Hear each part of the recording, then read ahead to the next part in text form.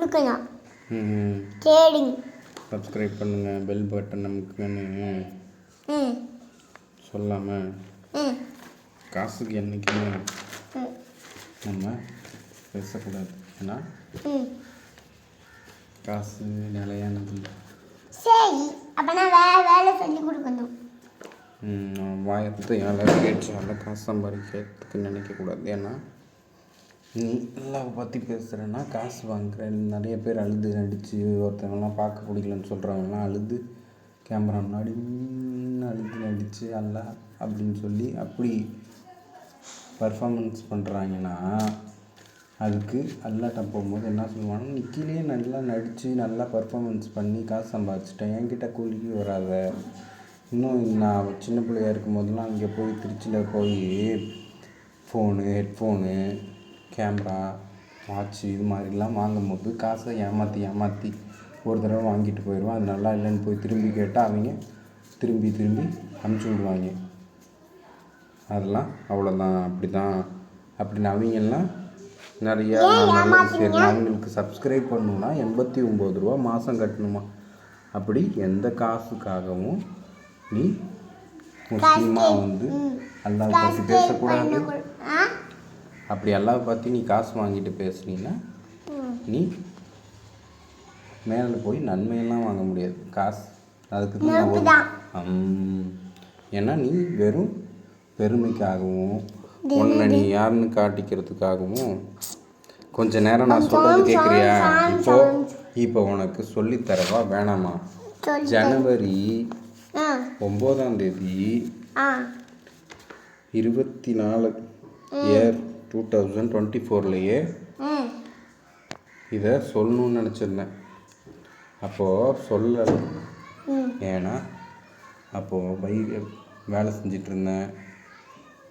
அப்போ வந்து ஹாட் சிப்ஸ்னு ஒரு ஹோட்டலில்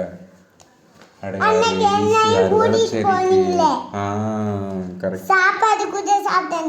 என்ன சாப்பிட்டோம்?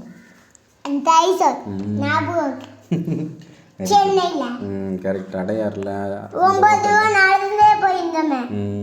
ஆட்டோ பைக்கு எதுவுமே பிடிக்காம அந்த டாட்டா ஏஸ் தான் ஓட்டிகிட்டு இருந்தேன். அதில் ஹோட்டலுக்கு போய் காலையில் அவங்க சாப்பிட்றதுக்கு என்னெல்லாம் வேணுமோ அதெல்லாம் கொடுக்கறது, மதியானம் போய் அவங்களுக்கு சாப்பிட்றதுக்கு எல்லாம் கொடுக்கறது, அதுக்கப்புறம் நைட்டுக்கு போய் கொடுக்கறது, அதெல்லாம் பண்ணிவிட்டு அப்போது யோசிச்சு அப்போது சொல்கிறத கேட்காம நீ கண்ணை காட்டுங்க மூக்கை காட்டுங்க நோண்டிட்டு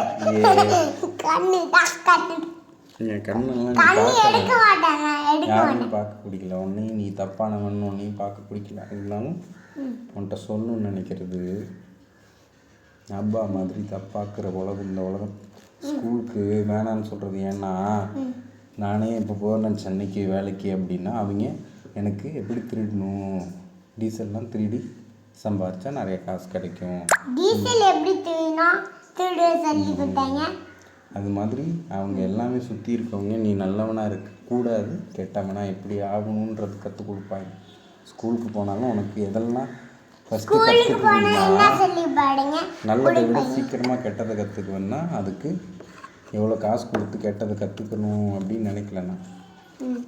ஏன்னா அபூபக்கர் பியூரா அதுக்கு முன்னாடியே இவங்க தான் மோசமாக்கிட்டாங்களே.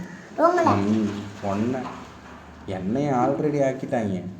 ஒரு தப்பு விடாமல் எல்லா தப்புலையும் போய் தப்பு என்னன்னு தெரிஞ்சுக்கிறதுக்கு காரணம் தப்பு செய்கிறேன்னா செய்வேன். அப்போது என்னன்னா நான் நினைப்பேன்னா இவன் ஏன் தப்பு, இவனுக்கு எப்படி தப்பானா அப்படின்னு அந்த தப்பை உள்ளுக்குள்ளே செய்யணும்னு இருந்தாலும் அந்த தப்பு பண்ணாங்க காசு சம்பாதிக்க அந்த காசை வந்து அவங்க செத்தாங்க அதுக்கெல்லாம் எடுத்துகிட்டு போக முடியாதுன்னு அவங்களுக்கு தெரியல.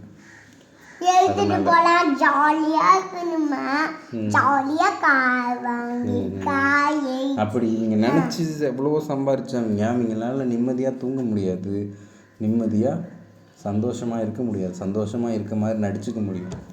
உண்மையான சந்தோஷம் காசில் இல்லை. அப்போ எவ்வளவோ நாள் காசு இல்லாத அப்பா கிட்ட சந்தோஷம் கஷ்டத்துல தான் இருக்கு. எந்த கஷ்டமோ அந்த கஷ்டத்துக்கு ஈஸியா சும்மா கை மசாலா கழுவி இந்த மாதிரி கொடுக்கறதுலாம் அப்படிதான். எப்பயுமே நீ வந்து அடுத்தடுத்த ஸ்டேஜுக்கு போக முடியாது. கஷ்டமாக நீ இருந்து கஷ்டத்தை தாண்டும் போது தான் அடுத்தடுத்த லெவலுக்கு நீ வளர முடியும். நீ அது ஒரே இடத்துல அப்படியே செஞ்சாண்டதானே ஒரு வாட்டி கூட இல்லை 3 வாட்டி கூட பண்ணலாம் அந்த மாதிரி தான். அப்படின்னு எக்ஸசைஸ் பண்ணதும் கஷ்டம்தான். சாப்பாடு செஞ்சு கொடுக்கறது எனக்கு ஜாலியாக பிடிக்கும். சரி, இப்போ என்ன கேட்குறியா கேட்கலையா? அன்னைக்கு எழுதுன அன்னைக்கு சொல்லணும்னு நினச்சேன். இது என்னன்னா எம்ப்ரியாலஜி டாபிக். என்ன எம்ப்ரியாலஜி சொல்லு. விடு அதை விடு. சொல்கிறத கேட்குறியா கேட்கலையா? அவ்வளோதான். எம்ப்ரியாலஜினா என்ன? எல்லாமே தெரியும் எல்லாமே தெரியும்னா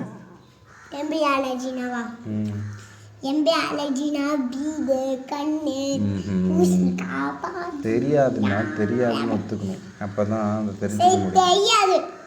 நீ தெரிஞ்சுக்கிட்டது எவ்வளோ என்கிட்ட இருந்து? கொஞ்சம். எவ்வளோன்னு ஏற்கனவே அது பிளட்டில் இருந்த டிஎன்ஏ மூலியமாக வருது. அம்மாருக்கெல்லாம் வராது, ஏன்னா அது கலப்பணும். அதில் வந்து அம்மாரோட பேருக்கெல்லாம் நான் நினைக்கல.